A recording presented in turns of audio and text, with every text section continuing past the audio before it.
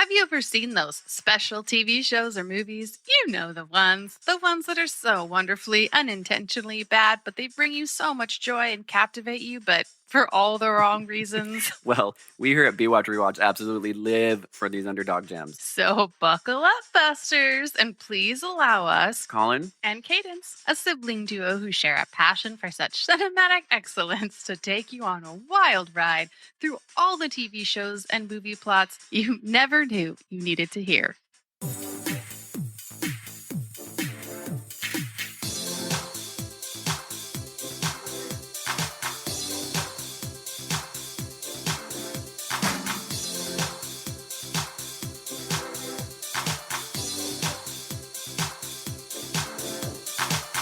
Hello, it's Colin. Oh, hi, it's Cadence.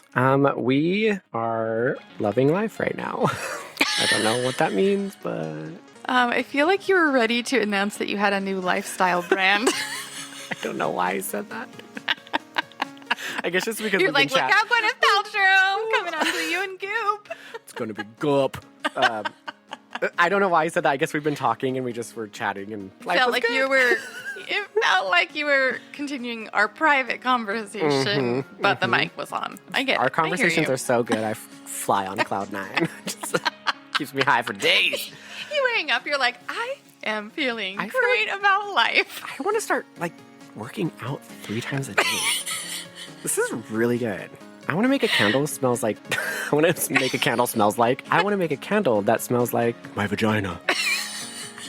Get it, Goop? Gwyneth Paltrow. Because of Gwyneth. No, I get it. How are you? How is everything? Every time you ask that question, you sound irritated from Because I just heard it. Because we talked for 2 hours before we do this, and so I'm just wrapping up. Let's go. Okay, whatever. Enough of that chit chat. This week, we decided that we're going to switch it up the game a little bit, and now I have watched a movie again. I watched this maybe a year ago with one of my very close friends. He showed it to me. Roman, if you're listening, thank you for that. Fell in love with it. It's so good, and I can't wait to tell Cadence about it. So without further ado, let's raise the glass to this week's movie.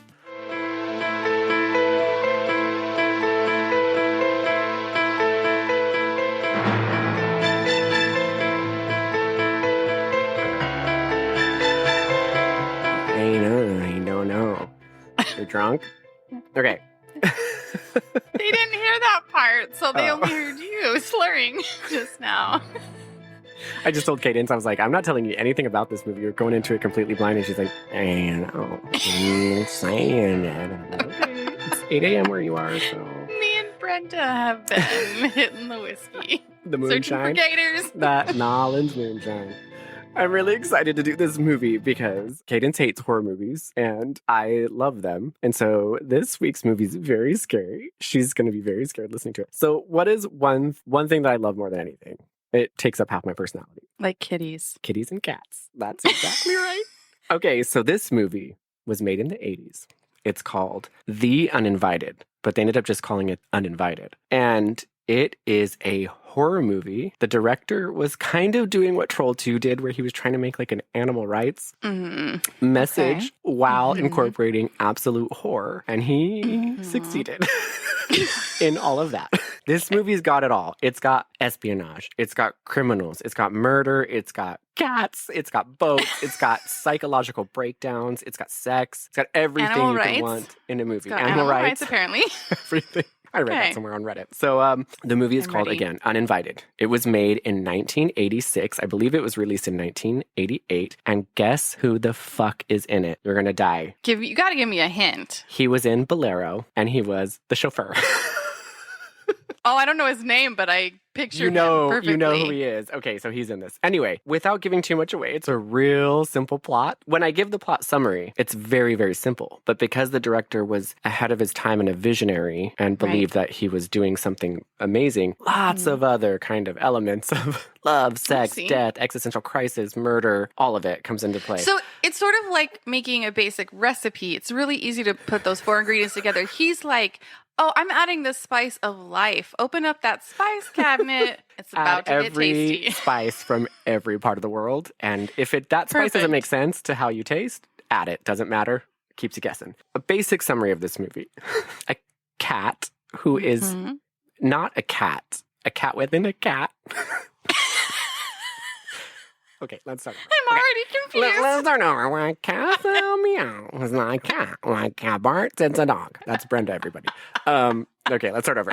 A cat who has a demon cat living inside of its cat body Okay. gets released into the wild, aka Fort Lauderdale, Florida. Yes. Guys, wild girl. And finds its way onto a gangster's yacht who doesn't hire but picks up a group of young college students to be the boat's staff on a journey to the Cayman Islands because he is fleeing the government. Okay. Okay. Catch that? I'm really trying to understand the demon cat within the cat situation. Remember earlier how we the talked rest about... of it I kind of get. Remember how earlier we talked about a basic movie? He could have made a really good movie just based off of I'm fleeing from the government because I'm a criminal and I'm inviting these spring breakers from Fort Lauderdale to be on my boat as my staff. We'll get into it. But that could have been a whole storyline within its own. No, we incorporate the cat into it. Because like that storyline I totally get. I'm with you. I can get behind some co-eds on a yacht going to the Cayman Islands trying to escape. No, they're not trying to escape. They meet... The government. You know what? The government. You just said they're trying to escape the government. You know what? Let's just get started. Everybody, let's get started. But you said they're trying to escape the government. Fort Lauderdale is spring break. No place like it in the world, agree? No contest.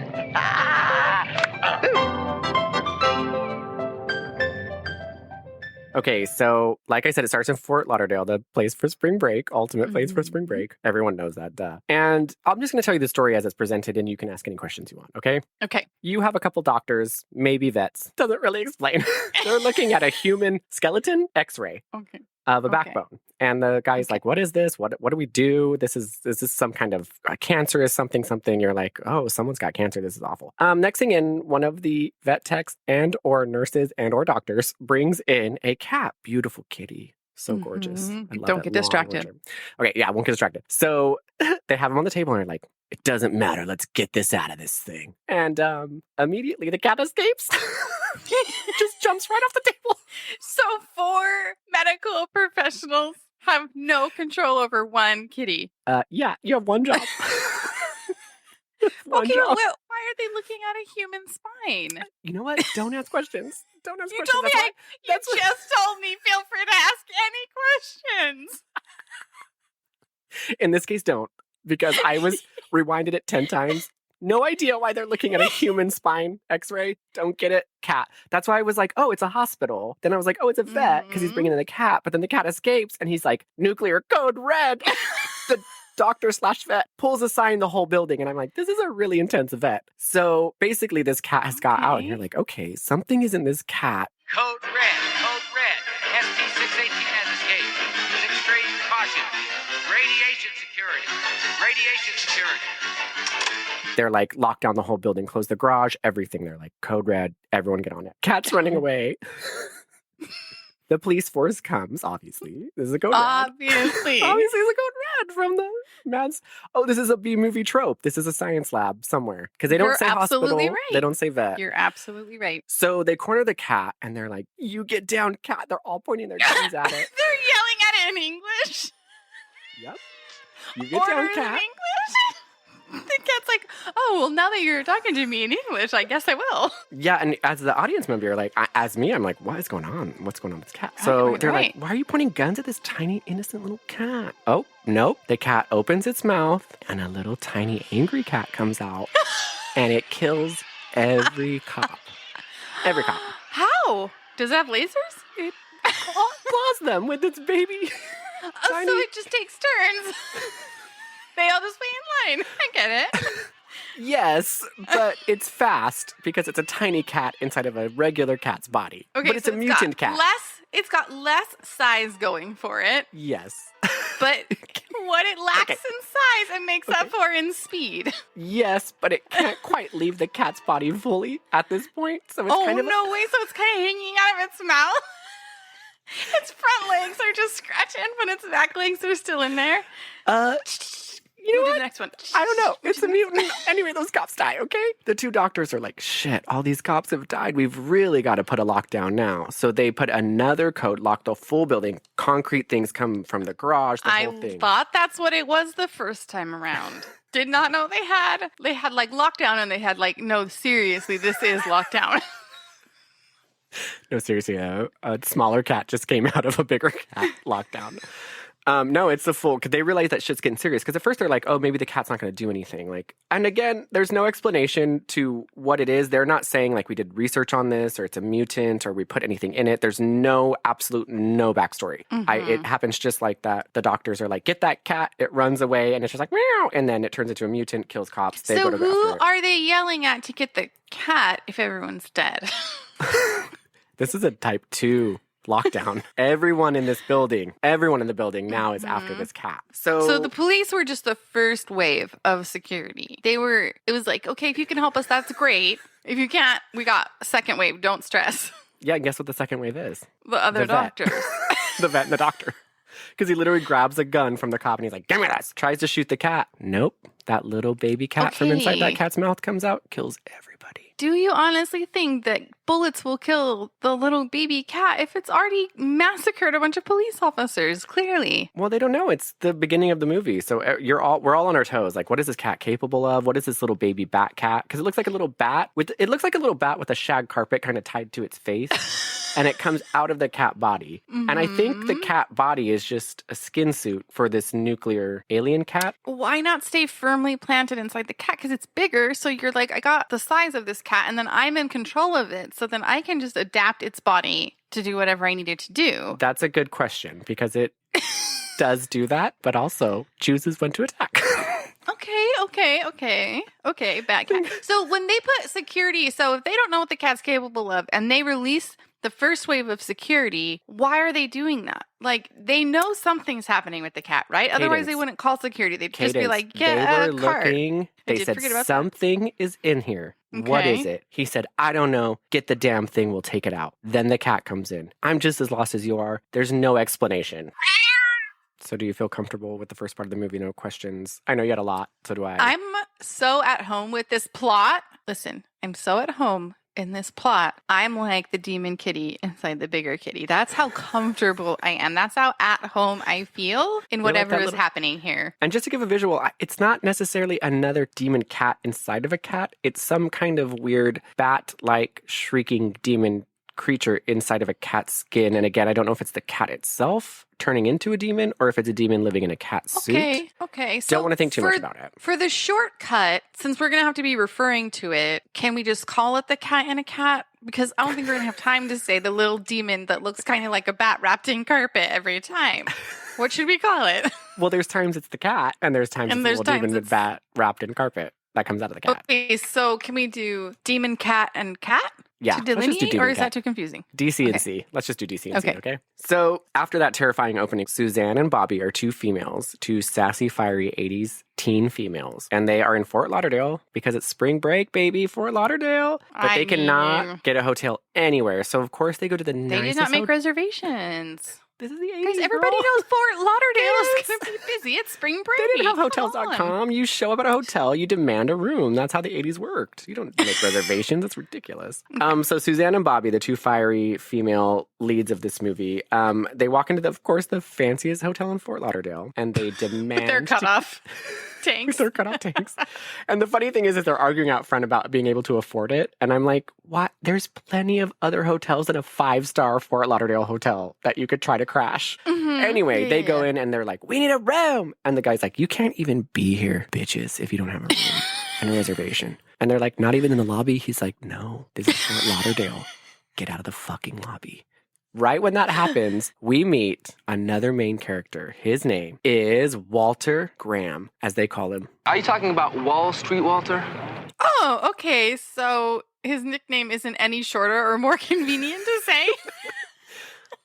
Wall Street's a lot cooler than Walter Graham. I was hoping... What are you thinking, Walter Graham cracker? Suzanne and Bobby, they meet Wall Walter Street. Graham, who's Wall Street. And you just get the vibe that he is ultra rich. And he's like, immediately, hey, It's okay, they're with me. they're with me. Let them stay. Walks down, has a really casual interaction where he's like, You girls don't have a room, do you? Yes. Yes. It's okay, I understand. I've been there. I might be able to help you with a place to stay. I was just about to go in and have some dinner. Why don't you join me and we can talk about it? I don't think that Well, would it's really. just something to eat, Suzanne. Yeah, it's a good restaurant. Just something to eat, Suzanne. No strings attached. I just don't think we're dressed for dinner. It'll be all right, trust me. Man, I'm You starving. can leave your bags here. you need a place to stay? I'm rich. Stay here. And they're like, okay. That's it. 80s, different time. Suzanne, Bobby. I've been around the block a couple times. That's not an offer you take up. Because he's significantly older than them. He's 60, they're 20. You get it. Later that night, they're having dinner, you know. Walter Graham's like, Now, you are coming to the party, right? Starts about midnight on my yacht. I'll send a limo back here to get you. Should be fun. Lots of interesting people. Bob, see that the ladies get what they want. See you in a little while. Bye, Mr. Graham. Oh, please call me Walter. Good night, Walter. Susie and Bobby, you guys are so great. You should come to this amazing party on my yacht. So instantly, we're like, Walter is rich. We'll call him Walt. Wall Street. His name's Wall Street. That's his nickname. We're like, okay, he's rich. He has a yacht party. These girls are being wined and dined. Of course, let's go. But immediately in the middle of that, two people walk in. The chauffeur from Bolero Okay. and this guy named Albert. And Albert's real weird. And they're like, Walter, dude, we got to go right now. Get up. We've got to go now. We've got a meeting, remember? These broads got to go home. And he's like, sorry, ladies, got to go. Come to my party tomorrow. And I'm thinking to myself, again, Susie, Bobby, all of this. None of this is raising None of any this. red flags. You walk into a hotel room, a random guy is like, stay with me, brings you to dinner, then leaves in the middle of dinner because two mysterious men come and tell him he has to go. And he's like, come to my party. I'd be like, And they're like, absolutely, yes, we will be there. you know what? Fort Lauderdale, crazy place. Hey. Never know. Meanwhile, guess who's outside the hotel? Hotel. Please let it be the cat. It's the cat. Yes.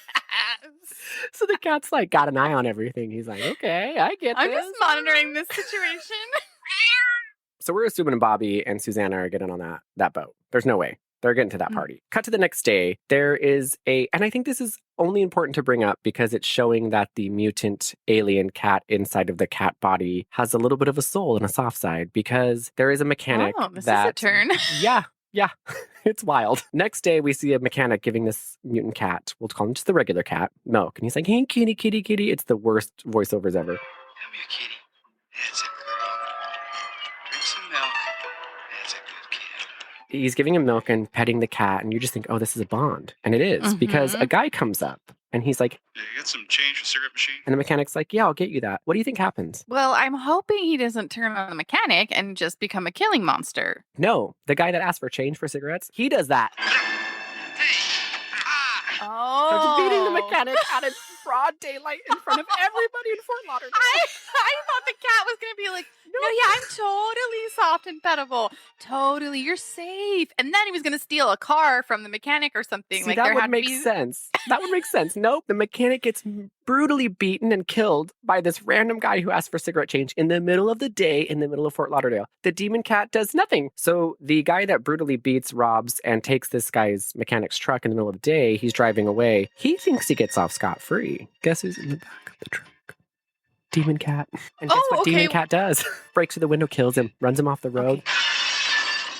Dead. So the only reason I'm bringing this up again is because the demon cat didn't kill the mechanic because the mechanic gave him milk. It was a bond. I see. Okay? And then he witnessed the murder of that mechanic in broad daylight. In Fort Didn't Lauderdale. defend that mechanic at all. Didn't try Had to save the them. power to stop that crime, Cadence. but waited. Anyway, a bond was formed. All right, so we've met these two gentlemen, Lance and Corey. And again, they're just pirates on the marina, just waiting to, I don't know, something to happen. And we see, again, Bobby and Suzanne. They walk up, no eye contact, nothing, sit down, invite him to go to a party. And I didn't realize this until I was doing this episode, because I did not make this connection. But the party that Walter invited them to, Wall Street, on his yacht, turns out it's a trip to the Caribbean. They're going on a cruise. That's how I throw a party, and that's the So, only kind of party I This attend. is a 5-day to 7-day party on a yacht Okay, cool. with a man you cool. just met. And again, Suzanne, Bobby, I respect that crazy lifestyle, girls, but again, a couple red flags, man. That's when someone says it's a party and they're like, my party. Of course, a party means 5 days to the Caribbean on my yacht. I'd be like, okay, cool. Could have mentioned that. But what's even more With disturbing a random that- old guy. with a random old dude and his 2 henchmen that told him to leave. But what's even more disturbing than that is that they immediately, without even asking where these boys are from, they're not like, Corey, Lance, where are you guys from? It's like, do you want to come with us at this party? Last night we met this guy, Walter Graham. You should see this boat. Well, anyways, we're supposed to set sail this morning on a cruise for the Caribbean. Be gone a couple days, maybe more. Why don't you guys come with us? We're going to party on a boat. Did they even ask their names? Were they like, hey, how No. are you? What's your No, name? I had to look up the fucking names of this Okay. cast for so long because no one says what their names are. Okay. But what you do learn is that Corey, one of the 2 boys that Bobby and Suzanne meet at the pier, just casually waiting for an invite to a Caribbean cruise party, he's obsessed with Walter Graham. He's like, Yeah. Wait, are you talking about Wall Street, Walter? I mean, this guy is the best arbitrageur in the world. I mean, he's made more millions on Wall Street than anybody. Walter Graham? Oh, He's so a one of these guys billionaire. knows Wall Street. Oh, I see. He does. He So doesn't he's like a know Wall Donald Street. Trump He knows of Wall. Exactly. He knows of Wall Street. Okay. He's That's like, what I that meant. guy That's what is I a meant. multi-$1,000-dollar-aire. How did you score on this yacht? They're like, don't worry about it. Just come. And they're like, okay, no questions asked. The 4 of them are about to go off. You're like, okay, 2 beautiful women, 2 beautiful men going off. Nope. They get cock-blocked by their friend Martin. And I say friend loosely because everyone hates Martin. Is Martin the demon cat, and now his power is to cockblock? Oh, they treat Martin like the demon cat. He walks up and he's like, Hey, you guys! Oh, no. Hello, ladies. hey guys, and they're like, Martin, son of a bitch. And he's like, oh, and he's supposed to be this nerdy guy who's, when I say nerdy in the 80s, he's literally just, I don't know, smart. He literally just kind of thinks and says intelligent things. But the funny thing is no one wants Martin around. I'm like, how did Lance... So how did he get on and this Corey? boat? Okay, that's what I'm wondering. Lance and Corey obviously hate him, but he's somehow associated with them in some kind of friendship capacity. But they're like, Martin, you dumb bitch. They've got 2 girls with them that just invited them on a Caribbean cruise. And Martin means that now the boys are outnumbering the girls, so it's not even numbers, and so it throws the whole thing into the whole disarray. social construct is completely fucked up. We're never gonna find a place to stay. This whole town's booked solid. Not now, Hedgeworth. We're busy. But of course, Martin doesn't pick that up because he's a nerd, and he's like, "Sure, I'm going to go to Right. the Caribbean too. I don't have none of them have bags packed, nothing. They're like, sure, we're all going to get on this multi-million. Let's do it.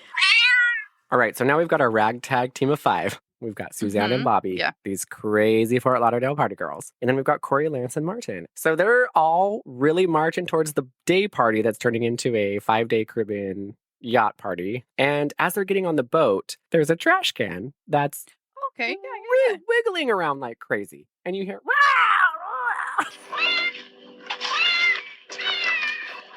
and I don't know what you would do if you saw a trash can wriggling around like that and meowing and shaking. Oh, Lord, the poor thing. No, I Yes. would definitely go straight for it and Mhm. without any protection or anything. Like no gloves, no Mhm. mask, nothing. Just Mhm. dig in. Dig in. My life motto, dig in. I get it. Well, call Cadence Suzanne because that's exactly what Suzanne does. She reaches into this Please garbage do. heap and she's like, Oh, come here. and she pulls out cat, not demon cat. Okay, I was cat just at gonna this point. say. Because it's just normal cat. And I will say that Okay. you cannot train cats like you train dogs. So this movie, the cat is clawing her and she's like, I love this cat. And it's just like, clawing her. But it's not because it's the movie. It's because you're trying to hold a cat. So Because anyway, the cat's like, I don't want to have any part of this. because Martin's a nerd, he's like, Genetic laboratory. This must be a lab animal. Must have gotten away. You mean they're gonna cut it up and experiment on it? No, not necessarily. But sometimes it is vital to... No way. Not with this cat. I'm taking my little baby with me. well, while she's saying that, literally she's like, this sweet baby, no way. The cat actor is just clawing and scraping wanting to get away. Because if there's 2 things cats love, water and strangers, they love it. Should we call cat actors? Cactors. There's one thing cactors love. It's water and strangers holding them. They act really normal. So at this point, Suzanne has just like, she's taken over. She's like, invite these bros, invite a cat. I'm bringing whoever or whatever. But Walter didn't have this in mind. I know. He's like, okay, now tell me one more time you brought 3 extra men and a stray cat you found in a trash can? You read the plot's mind because that's exactly what happens. They all go on the boat. She's got her cat in her arms. It's clawing her. And he's like, Well, thank you, but I'm sorry. You're going to have to leave anyway.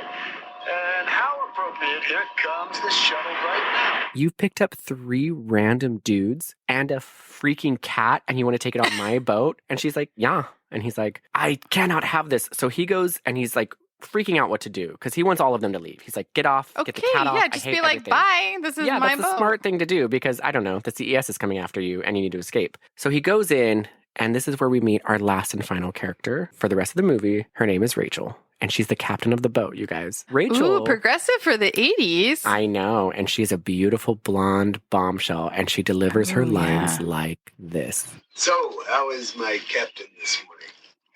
It'd be a lot better if we hadn't lost an entire crew. You mean you still haven't replaced them? Walter, do you know what time it is? Besides, if you didn't treat them like slaves, we wouldn't have to replace them. Okay, so I got a little drunk and mouthed off to the crew. I apologize, but it is my boat. So it is. And if you don't like that, honey, you're free to leave anytime. And let you ruin her before I have a chance to get her back? Your old man couldn't make a go of this boat. What makes you think you can? Leave my father out of this. Rachel, if you really want the damn boat back, all you have to do is ask. I can be a very generous man with people who just treat me right. Walter, you pay me to run this boat, nothing else. So as you can see, Rachel's only the captain of this boat because Walter stole it from her dad and she's trying to buy it back. She's got a solid heart. But as you could also hear from that clip, Walter's a creep and all he wants from Rachel is her bod. Okay, we're not surprised by that though, right? Because we're not at all surprised by this because Walter invited 2 strange females that he met in a Exactly. lobby of a hotel after 2 minutes of dinner on a Caribbean cruise that he's fleeing from the CES. That's why this movie is so good. Do you see how it just keeps getting deeper and deeper and deeper? Yes. Well, because at this point you have an undercover boat pilot and you have an undercover Who's cat the undercover demon. boat pilot? The girl, because she's the pilot or the captain of the boat, but It's she's captain, also there. not pilot. This is not a plane. This is a boat. Cadence. That's why This I is called a her maritime boat tale. pilot. This is not a airtail. Okay, get it right. When it started coming out, I realized it wasn't right, which is why I said boat pilot because she's the pilot of the boat. So the captain is, and it's a ship. Regardless, is it but it's like a yacht, actually, right? It's not like so it is kind of a boat. Okay, it's not a ship. A ship's so big. Okay, you got it. She's only the captain to get it back for her dad, correct? So she's got an ulterior motive. Yes, she's working for him to earn money to buy back the boat that he took from her dad because her dad's an alcoholic and a storm hit and ruined the boat and he couldn't repair it. Can we just give up the stereotype of drunk sea captains, please? No. That's just... No, because it makes an appearance 10 more times. Okay. We're getting too deep into Rachel's storyline. The point is Rachel has a great idea. She's like, why don't you hire these guys to be your boat crew? I cannot run this ship by myself. You have to have a crew. I will never make it to the Cayman Islands if you do not have a crew. And he's like, Rachel, you robotic bitch. You've got a point. He walks back out and he's like, hey. Albert, take these 3 sailors and raise the anchor and then bring up the gangplank. Mike, start the engines. All right, everybody, come on, let's move it. Y'all can be my crew. That's your payment for going on this. So he freaks out and then he's like, actually, never mind. Forget that happened. I wasn't mad at all. I was not mad. What I was trying to ask you is when I was saying you can't come on this boat, I meant you can't come on this boat as civilians, only as the crew. And again, you're absolutely right. Okay. And again, as Bobby and Suzanne, I'd be like, red flags left and right. I'd be like, something is not you don't go to the middle of the ocean with anybody, no matter how much they offer you in gold, in diamonds, in ghost charms. You don't go in the middle of the ocean with I was somebody just going to that say you we just learned met. that lesson last week with Alone in the Dark because Lionel Hudgens goes on the boat to get the Abkhani treasure and everybody ends up dead. So never a good idea. Regardless, the captain's like, yeah, you can all come. Walter, sorry. He's like, you all can come. So is he getting free labor? Like, is he trafficking them for free labor on the boat, or is he... Yes. Because Is Rachel, this a paying gig? Rachel can't run the boat unless there's a crew. How do you expect her to get to the Cayman Islands without a crew? But he's rich. He can't pay them? I don't get it. Rich get rich by not paying people. That's exactly how you get Oh, I rich. see. Yes. Got it. Together. All right, so he's determined that they're all going to be crew. They're all set sail, right? They're ready. They're going into the Caribbean from Fort Lauderdale. They're having the time of their lives, okay? Now, this is where things get a little intense because these three boys that these two random girls have just met and brought on your yacht, they're not taking things seriously. No way. No way. They're like, oh, who's going to clean up this mess? Who's going to... And no, Mike Walter walks in, who is the chauffeur from Bolero. And he's like, I don't care what this captain says. You're going to work for me. And he assigns duties to everybody. And he's like, I don't like you. I don't like punk kids that think the world owes them a living. What that means is that despite what duties that the captain has for you, I'm assigning some specific duties right now. You're the cook. You're the busboy and the dishwasher. You're the maid. and I'm thinking to myself, you just assigned this random dude cook. Like, you have to eat his food. Like, think a little bit more into this, Mike. I like before at you get least crazy. have them make you a snack and kind of judge each snack. Like, be like, hey, everyone has to make me avocado toast. Whoever makes it the best becomes cook. No, that's not how Mike Walter works. He's like, you're this, you're this, you're this. So there's a sense of like, okay, shit's getting real. This isn't just party, random millionaires yacht club, okay, to the Caribbean. Now we have to be. Don't you also feel like, as Sue's and Bob's, that at this moment you'd be like, you know what? This feels less like a party and more like a job or slave labor. Can we just hop off? Where are you going to hop off in the middle of the ocean, Cadence? Oh, so they're already mid-ocean when he assigns them jobs. Yeah, because they're mid-ocean, and that's when they're like, who's going to clean this all up? And that's when Mike Walter comes in, and he's like intense, and he's like, y'all are bitches, you're serving this boat. But Suzanne doesn't care. You know why Suzanne doesn't care? Because she's got this fucking cat all the time. And the whole time she's like, this kitty on the boat's not going to hurt us at all. Oh, foreshadowing. Oh, please, Walter. I promise this darling little kitty won't be any trouble. Please. I'll take care of it. You won't be sorry. I promise. Is she going to clean up that kitty's poo-poo since there's not a litter box? Yeah, she's maid number 2. Is that her job? Mike Walter assigned it to her. Oh, then it's done. Taken care of. After all of this happens, we're met with Rachel back in the the cockpit. Oh, I'm so sorry. Is that we're met in the ship or the ship boat? Because you just chewed me out. Chewed you out. Me out. I hate the word chewed you out. We used to use it Well, all the I time. was going to say something else, and then I was like, I don't want to say it, so then chewed me out was the second place finisher. But yeah, you just publicly degraded me for not knowing the difference, and then you just had the audacity to call the captain's Rachel's office. gonna be so mad at me. The cockpit of the boat. The pilot's office, the cockpit of the boat. So she's like, oh my gosh, there's a storm. Of course there's a storm, because again, lots of different elements coming into this movie. We've got a mutant You can't just have a demon we've got slave labor, we've got lying, sex, the whole thing, money laundering, the whole thing. So as a captain of a boat, what you do when you hear there's a severe storm, what's the first thing you would do? Well, I would actually find it like exactly where it's coming and go straight for it. That's pretty much what she does, except she gets a middleman to do it for her. She's like, Albert, the henchman, can you come steer the boat? Albert is a stressed out ball of mess. And he's like, no, I can't. And she's like, you have to. And I'm like, okay. She's got a very clear reason why he's got to steer this boat when she's clearly reading that there's a storm. Well, cut to a party going on in the boat. And Rachel, the captain, is just playing backgammon. And everyone's dancing, having a good time. Wait.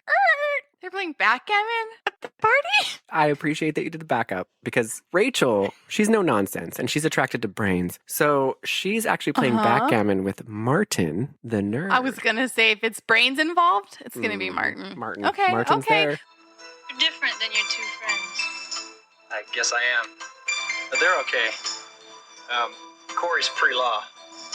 Lance is a jock. He's got a free ride. Wrestling, he's pretty good. What about yourself? Me? I'm a biologist. I'm a year away from my doctorate. Everyone else is partying, including Mike Walter, the henchman. I see. We've got Wall Street, we've got Bobby, we've got Suzanne, we've got Lance, and we've got Corey. They're all partying. Rachel and Martin, the smart ones, nope, playing backgammon, getting to know each other, okay? Meanwhile, Albert, one of the henchmen who we haven't talked a lot, he's just freaking out. So he decides to drink 7 bottles of whiskey, head straight for the storm. Rachel's like, what the fuck, Albert? Why are you heading straight for the storm? And I don't know about you, but when I have a couple drinks, I go full insane. Eyes have seen the glory of the coming of the Lord. He's traveling. Traveling out the vintage where the grapes of wrath are stored. His lightning and Albert! Captain Albert, at your service, baby. You are drunk. You are right. Oh, Jesus, you've taken us way off Never course. fear, my dear Captain Albert will fix it. Go sober up. Go on, get out of here. I'm going to have to figure out where the hell we are. Go on, get out of here. Aye, aye, baby. Yeah, he was like, you literally told me to steer in this direction. That's why we're headed to the storm. And she's like, I didn't. I told you to just steer while there's a storm going. There's a difference, Albert. So she's like, get out of this cockpit. And he's like, fine. And he's drunkenly stumbling out. Meanwhile, while the party's going on, while Rachel's re-getting the destination, she's resetting this cockpit. That little cat, we forgot about him. Where is he? He claws the engine because he knows what engines are and he wants to stop this boat. Oh, yeah, clearly. whatever Okay, reason. but you never have an indication of why the boat needs to stop, correct? No. Like the cat, so the cat on some level, the cat knows that Walter Wall Street Graham is fleeing the United States. No. Right? No. Okay, so if he doesn't know that Walter's fleeing the United States, then he's just a bitch who wants to crash land a whole boat of people by severing the engine. Yeah. Okay. Got it. Clear. Okay. So I thought maybe it was like a secret IRS cat and the lab was like an IRS lab where they were like training tons of house cats the IRS to turn in because it's the IRS. You're talking the IRS, the Internal Revenue Service, is training cats because this guy is to go after criminals. The CIA is doing that, bitch. No, I said IRS for a reason. We're training our Because cats to he's know fleeing. data and charts, and when people aren't paying taxes. That's the whole point. Number 1, no one would suspect the IRS. Number 2, if this guy's trying to get out of town because of tax evasion or whatever, then it is the IRS. And number 3, what's less predictable than like you think your house cat is your friend, but really they're turning over your tax money's information to the government. They're not. And they're they will sinking turn your you in. ship in the middle of the Pacific Ocean. So this cat's just mean, and he's just like, for no reason. The cat can't swim. You yourself said nothing. Cats don't like water and strangers. So he wants to take a ship down that will leave him stranded in the middle of the ocean in a lot of water. A lot of water. This cat has its motives, and I don't need to know them. And as a viewer, I don't want to know them. Okay? All I know is he has a vendetta against that fucking yacht, and he starts messing with those cables, okay? Not only does he do that, after he messes with the cable and Rachel's a sweaty mess trying to get back on course, he goes and kills Albert. And guess what he does? You want some of this sweet little pussy?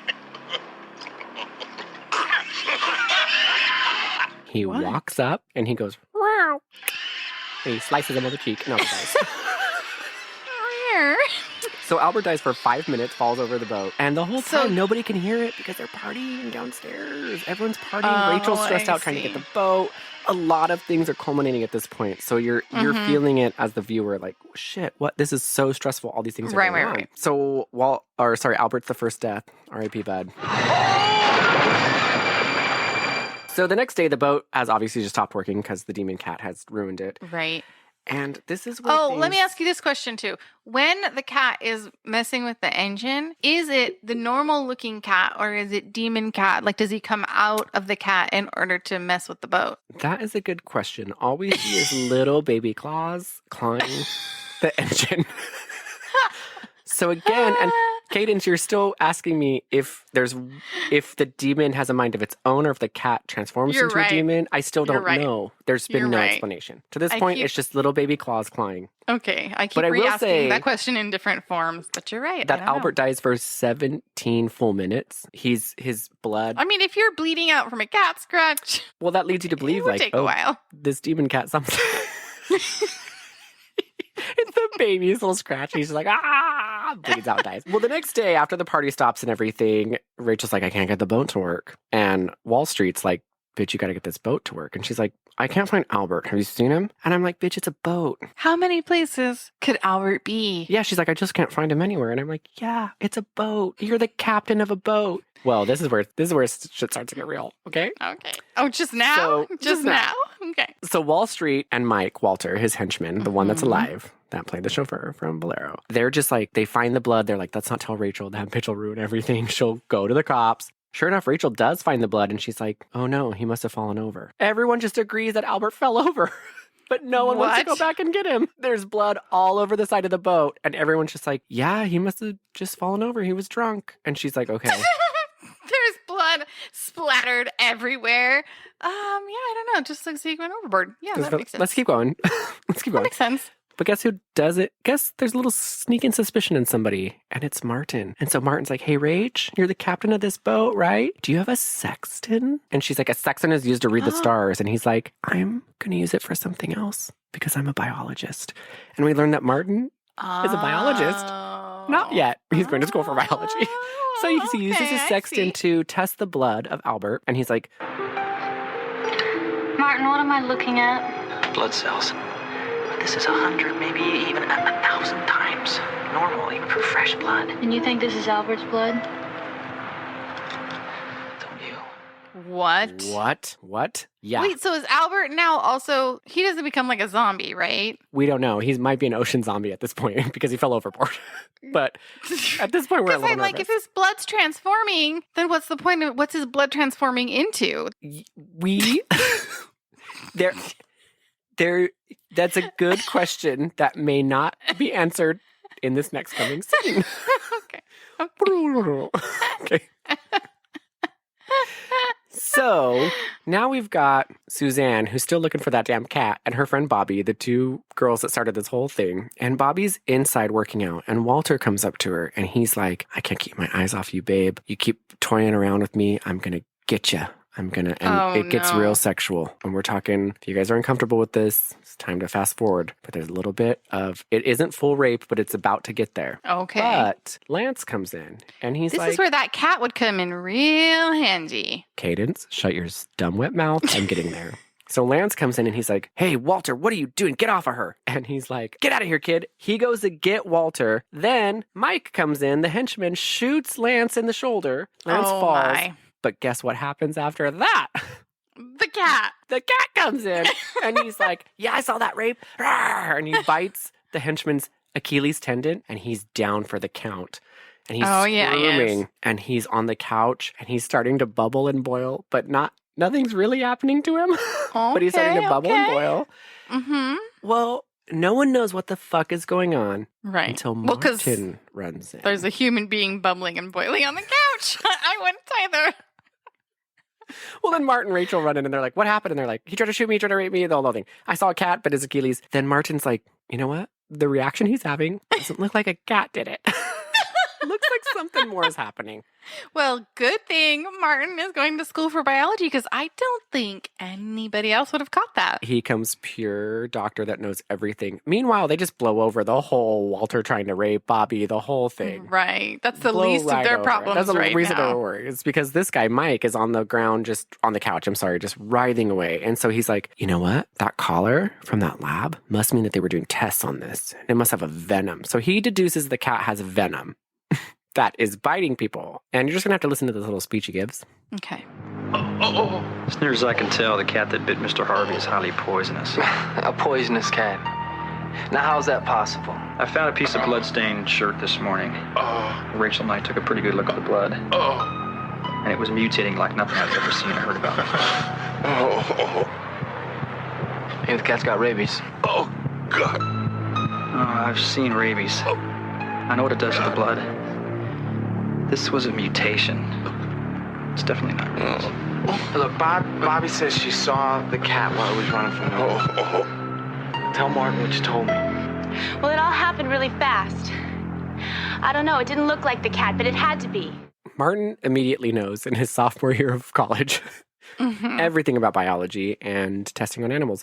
And this is where it becomes, like I said in the beginning, it becomes a real, like, don't test animals. Because she's like, you mean poor animals are tested to this and now we're all going to be infected? I was honestly trying to figure out when that came into the whole plot because you had mentioned it. Suzanne is just, she's pure still on the cat side. Everyone's so confused. Again, the rape gets completely looked over. But they do determine that Walter's bad. Wall Street. They're going to lock him up. So now I mean, it wasn't that they had already been kidnapped and forced to work on his boat that nailed that down. It was this. Okay, okay. So now we've got Suzanne, we've got Bobby, we've got Lance, we've got Martin, and we've got Corey. Those are the 5 that are left. And they decide to lock Walter up because Mike, the henchman, he's dead. He boiled on the couch, alive. Martin was like, okay, so he finished boiling. Okay, so now the cat not only is just super violent, it also has venom. Yes, and it also protects people it chooses to protect. Its own moral code. Its own moral code that we can't ask questions about. Okay, right. So they all go through this thing about like biology and testing. And so they're like, what do we do? And they decide to do the obvious thing and throw Mike, the henchman's body to sea. Oh, that's definitely the obvious thing. They're like, this could kill so many people. We've got to study this. Nope. Throw his body over. Throw it into the ocean where it could kill all sea life. Makes a lot of sense. Don't you ask would any think questions. Martin would know better than that. He is a biologist. Martin, you'd think he'd be stopping it. No. So now they lock up Wall Street because they're like, you're a monster. They lock him up. Okay? Now things are getting So who's tense. driving the boat? Is Rachel still driving the boat? No, Cadence. If you don't remember, the boat is broken. The demon cat ruined the engine. Oh, that's right. So that's they're right. just That's right. floating around, and Rachel is stressed out of her mind. She's like, how do I get this boat working? That's what she gets for playing backgammon when she should have been trying to get out of a storm. Cadence, she didn't want to be a loser and wanted to join the party, okay? Jesus, okay? She's got to work off this boat for her dad, but not all the time. Not all the time. She's got other interests. So basically, Rachel and Martin are combining forces because Rachel's got this moral compass, so does Martin. He's smart, you know. Meanwhile, Corey, man on a boat, he's like becoming sides with Wall Street. And Wall Street's like, if you let me go, I'll give you all the money. And he's like, okay. This is where things get real psychological. Okay. This isn't making any sense at all. Are you following this at all? It's so ridiculous. Yes, I am. So the boat is broken down in the ocean. Rachel's stressing out. That one dude's been thrown overboard, Mike, because he was bubbling and boiling on the couch. Albert's Walter's dead. been put So Albert and Mike are dead. The 2 henchmen are dead. And then Walter's been put in boat jail by the other people. And now he's using his psychological rich guy mind powers to meld Corey. Exactly, because as you don't remember, Corey was at the beginning like, I'm in love with this guy. Like, he knows everything about business. Oh, that's right. I did forget that little tidbit that he very much admired him. Okay. So now we're met with Bobby and Lance. And again, Lance has been shot in the arm because he was trying to protect Bobby from being raped by Walter before the demon cat killed Mike, who came in to shoot Lance because he was trying to get Walter off of Bobby. Duh, right? Duh. Easy. Duh. So he's like, Bobby, I can't feel my arm because I got shot. That's the funny thing about getting shot. You just don't feel pain anymore. And she's like, well, let me heal it. She goes to kiss him. She's making out with him. No. Guess what happens next? Please tell me the cat. The cat is eating Lance's arm because he can't feel it anymore. And Bobby's like, what's that noise? And he's like, I don't know. Meanwhile, they lift up the sheet. They're making out? Oh, they're getting ready to make love. They're getting ready to complete each other's bodies. Yes, and he's like, what's that noise? She lifts up the sheet off her naked body. The cat is eating his arm. You guys keep going. No, just finish what you're doing. What do you think Lance does? He's like, I'm dying, it's poison. That's what Martin said. He saw it in his sextant. So he immediately runs and he's like, Titanic moment. I'm going to jump. I'm already a zombie. Maybe we all saw I hope someone just hacks it off.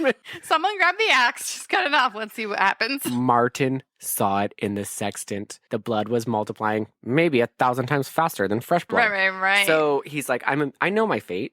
I have to jump. And Bobby's like Lance, don't do this. We just met 2 days ago. I convinced you to come on a gangster's trip, and he's kidnapped you and forced you to do labor on his yacht in return for this trip that you're getting nothing out of. And he's like, my fate is sealed, Bobby. Get off me. Slaps her. But guess what? He doesn't slap her. His little mutant arm that's been chewed by the cat gets her tank top. He pulls her over.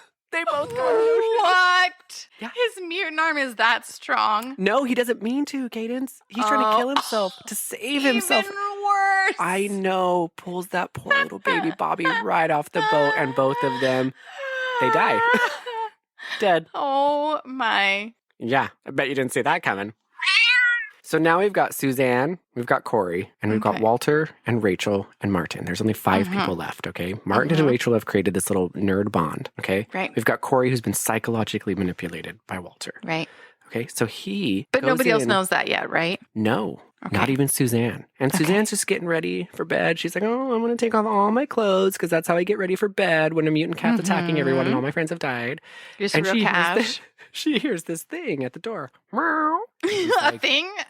Well, a noise. I wonder what sorry. that could be. She hears a noise at the door. Meow. And she's like, oh my gosh, get away. And defends herself by putting a tiny little silk pillowcase over her tits. And she's like, I'm going to come to the door and get you, mutant cat. It turns out that Corey is making that noise.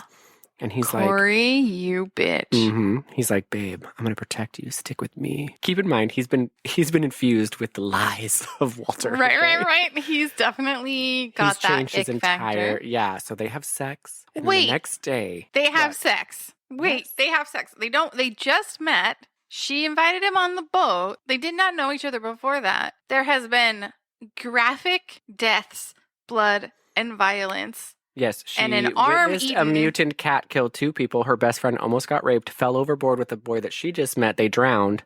She's in bed, ready to have sex. Yes. And now that's- she's like, I am in the mood. Bring Yeah. it on.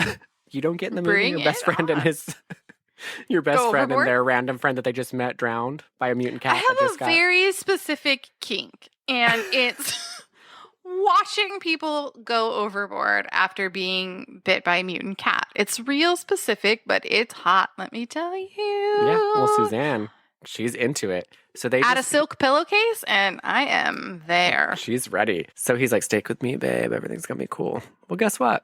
The next morning, he completely turns on her. And he's like, you're going to do all these things for me. I'm ordering you around. Me and Walter, we've created this bond. We're going to take over. What's his weapon? Like, how does he have power over her? What does every boat have? A flare. Duh. A flare gun. Oh. So okay. now it's become a Walter and Corey take over a Rachel, Martin, and Suzanne situation. And there's still the mutant cat running around. There's a lot of elements. But how does Walter have any power from the prison boat or the boat prison? Are you fucking dumb? Have you been listening? He uses his rich, wise power to take over Corey's mind. I'm just saying, physically speaking, doesn't Walter's need in boat jail, so he doesn't need any physicalness. He just takes over Corey's mind. He literally is like, Corey, you want that Rolex over there? I have 20 of them. Take it. And Corey's like, you are rich. And he's like, yeah, make your wildest dreams come true. So no one knows where the cat is. No one knows where this cat is, okay? So Corey and Walter are creating this whole thing. Eventually, Corey lets Walter go. He's walking around the boat. Meanwhile, Suzanne, the one who brought the mutant cat on the boat, she's losing her fucking mind. It's been almost 18 hours without food. And you're wondering, like, why no food? Because Martin determined that if a cat was near food, it's contaminated. So him and Rachel lock it all up. And Suzanne starts going full crazy. But my favorite part is she starts going Kristen Wiig crazy. Where she's like over animated and she acts just like Kristen Wiig in SNL, where she's like, You're lying. You're both lying. We're never gonna get out of this alive. We're all gonna die. That thing's gonna bite us. And we're all gonna die a horrible death.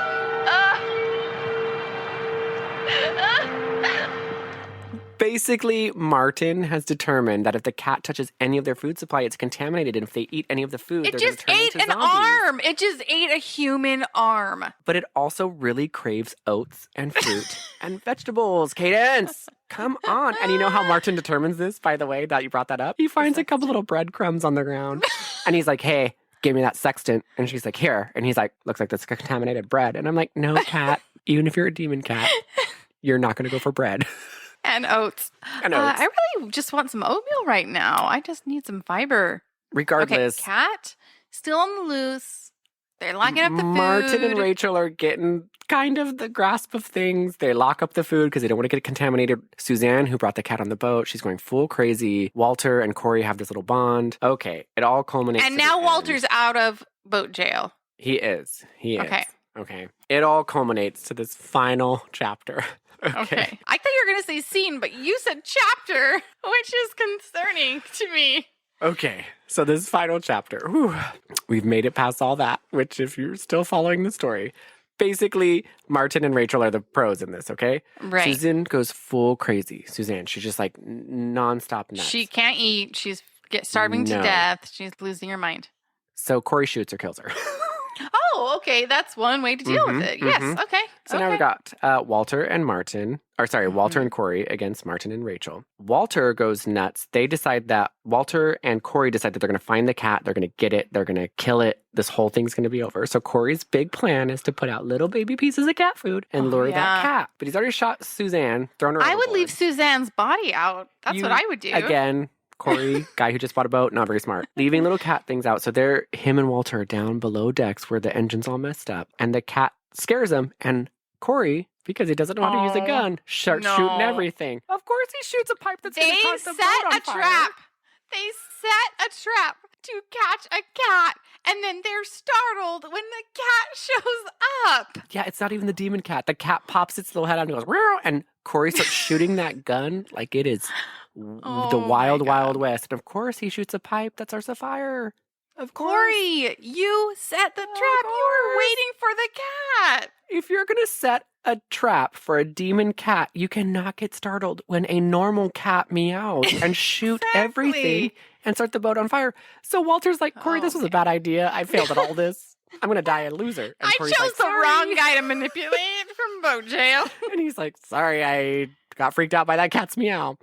So I'm really real in this. So the whole boat catches on fire. Rachel and Martin are like, shit, we're in the middle of the ocean. The boat's on fire. We got to take the lifeboat and get out. It's just now occurring to everybody. We are stranded in the middle of the ocean. Okay, yeah. So they get on the lifeboat. They're paddling out. Meanwhile, Martin, because he's smart, again, because he's going to school sophomore year, he's 19, he's going to be a biologist maybe, we don't know. He knows everything. So, of course, he's grabbing things from the boat to stay alive. Whatever he would need. Whatever he can grab. So he's grabbing all this stuff. The boat basically has an explosion. And it's him and Rachel on the lifeboat with all these stuff. And they're like, so at this point, they're not concerned about having food on the lifeboat. And the cat possibly that's what I just said. coming Martin to the grabbed lifeboat. everything. He just grabbed anything he could get, including 3 gold briefcases from Walter's bedroom, which is what you grab when you're anything you would stressed. need. That is definitely Obviously. a need, not a want. So you think the movie's over. You're like, this is great. Rachel, Martin, they got away. No siree. That cat demon, he pops up on the boat and he's hissing and yelling. On the rescue boat, right? On the rescue boat, yep. And you're like, they didn't make it. And Martin's like, yeah, we did. And he hits him with one of the gold cases. Okay. Falls in the water. And then the next scene is the demon cat floating on the case. Just being like, you got me. And Martin and Rachel make it to the Cayman Islands. But guess what happens when they land on the Cayman Islands? They open the cases. I want him over so important to this damn briefcase that he gave his life for it. There must be $1 million in there. Enough to buy a new boat. And to finance a study of biology.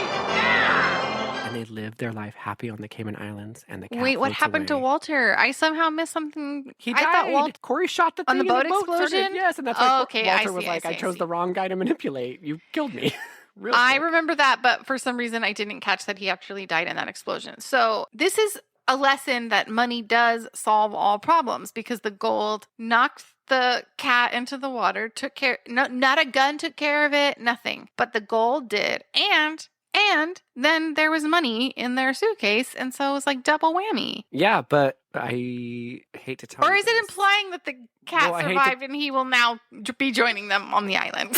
I hate to tell you this, But the movie doesn't end with Rachel and Martin living for money on the Cayman Islands. I mean, it does. Really? I thought that it was does. Okay. You But did say chapter. In your defense, you did say chapter. This is officially the last chapter. On a different island, on a different side of the continent, the cat survived on that gold thing, and a little boy picks it up. And he goes, look at this beautiful kitty. And then the movie ends. Oh, so it wasn't a full chapter. It was more like an epilogue. That fucking demon cat stayed alive. That's the basic point. So, if the cat was floating on a gold suitcase and didn't have access to food, which is what powered it, then how did it survive? See, you're making your own assumptions. Nowhere did I say food powered this mutant cat. We don't know what powered it. Well, Martin was like, we gotta hide all the food. Because from the cat contaminated it. Because he got got a little bit peckish. Contaminated. He got a little bit peckish. And he wanted to have a little fruit. Okay. I hear you. This was worse than Alone in the Dark. We did this real bad. I'm the worst storyteller ever. It's just this movie's so good. There's so many moving parts. I don't know what to leave in and out. Yeah, you gave me shit during Alone in the Dark, but now you see it's hard because it's, even though these are like little mindless details, they are a little bit relevant. And so it's like, what do I share? What do I not share? And then how do you make something that's completely incohesive and just absolute madness into a story that makes any kind of sense? It's hard to do because even when you look up the ratings, it's like this story had so many plot holes. There was no cohesiveness. There was no, what is it called? Continuity. There were so many continuity errors. And I'm like, yeah, now that I'm repeating it, none of it makes any sense. Watching it, I'm like, could you imagine reading this script? Yeah, I'd be like, mutant cat. I feel like they should have just left the fucking mutant cat out of it. This would have been a whole psychological thriller on its own. Yes. And I was also thinking, when you told me about Rachel, the boat captain, I was like, oh, that could be an interesting movie. Like, she's trying to get this boat back for her dad. Like, that could be interesting.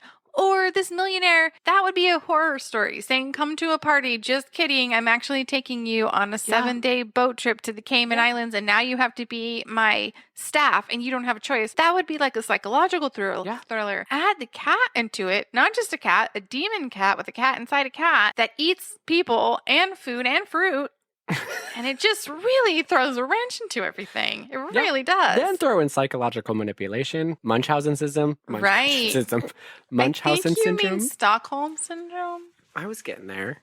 It's okay. Stockholm. Corey. That's what I meant. Munchausen is one. Okay, yeah. Throw in Stockholm syndrome. Throw in sex. Throw in all these different things. Also, free labor. Would you ever in a million years, like when what's her name has sex with Corey, but first he fakes her out by meowing at the door? Like, why would you ever have sex with that dude? Number one, he's making light of a terrible tragedy. Yeah, that's wild. I would never. Making cat noises, that's wild. It's stupid. I would never be turned on. As soon as I started saying it, I was like, you know what? This might not be the right audience. Making light of the worst situation, making cat noises as a joke, I'd be like, get in my bed. Get in here now. Those are your only two requirements. Make light of a difficult situation. Meow your ass off. My favorite thing that I really glazed over, though, is that Suzanne, the one who brought the freaking cat on the boat, she goes full psychological break, which again is another element to the story because it's like full, you're watching a human being just break down. And she's like, Martin, it's not my fault that I brought the cat on the boat. It's your fault. You said cats were good luck on boats. And he's like, I did, sweetheart. You need to lay down. That would have been another interesting movie. You've got all these strangers now stranded on a boat with an engine that doesn't work that has to somehow survive. That could have been interesting too. But why add the cat? My last comment, I agree with you, of course. My last comment is this cat doesn't have superhuman strength. Doesn't have anything. Yeah. Lock yourself in a room with food. Lock yourself in a room with one door and food. And if the cat tries to break through the door, kick it. Kick it and hope it doesn't bite. That's what I'm saying is there has to be some element of superhuman strength because it scratched someone's face and they died. So there has to be, or maybe it was the zombie blood or the mutant blood or something, and it was the infection that killed him and not the scrape. Maybe they should have just told us what the fucking cat was. That would have been a good start. Maybe we could have circled back and found out the origin of the human spine in the beginning, and it would have just clarified everything after that. It would have made total sense. I watch movies. I need to watch this for a fourth time and just figure out what that was about, because I really did. I was like, I'm trying to do a good job. So Take it's notes. called The Uninvited. The Uninvited, but it's actually just called The Uninvited now because they made The Uninvited in 2019 that got better ratings and reviews. So now they just call it Uninvited.